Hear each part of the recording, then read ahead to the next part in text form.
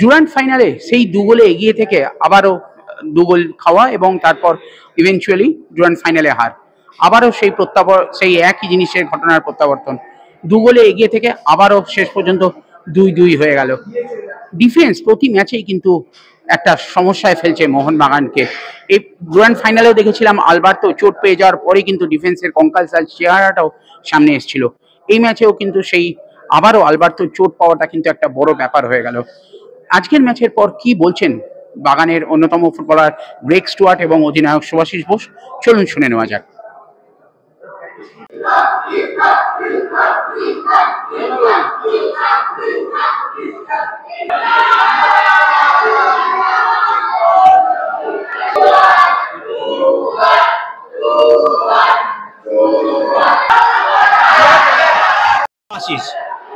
I think we have to relax on the ball more and just make the simple pass.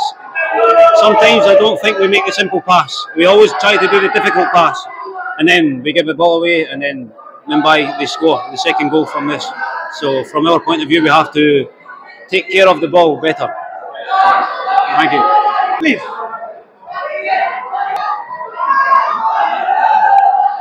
Ashish bhai.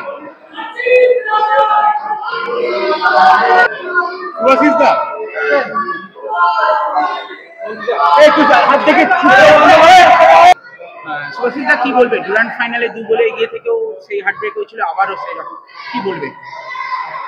লিগের প্রথম match, but আমরা 2 গোলে এগিয়েছিলাম, but 2 goal concede করেছি। But defence ভালো করেছে, but at the end গিয়ে overall 2 গোল concede করতে হয়েছে কিছু মিস্টেকের কারণে।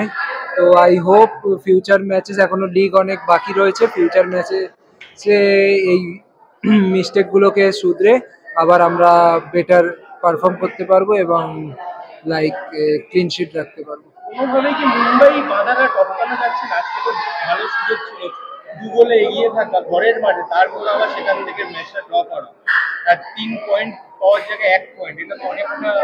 প্রথম ম্যাচে যদি 3 পয়েন্ট পাওয়া যেত অনেকটা এগিয়ে থাকা। হ্যাঁ, স্ট্রং অপোনেন্টের সাথে যদি 3 পয়েন্টটা পেতাম, 2 পয়েন্ট লস করলাম আমরা, তো এটা আমাদের কাছে খুবই দুঃখজনক এবং আমাদের কাছে একটা ক্রুশিয়াল পয়েন্ট ছিল, বাট আমরা 2 পয়েন্ট লস করেছি। বাট আই হোপ কি নেক্সট ম্যাচগুলোতে আমরা এই গোল ত্রুটিগুলোকে রেকটিফাই করে আমরা আরো বেটার পারফর্ম করতে পারবো এবং পয়েন্ট তুলে আনবো।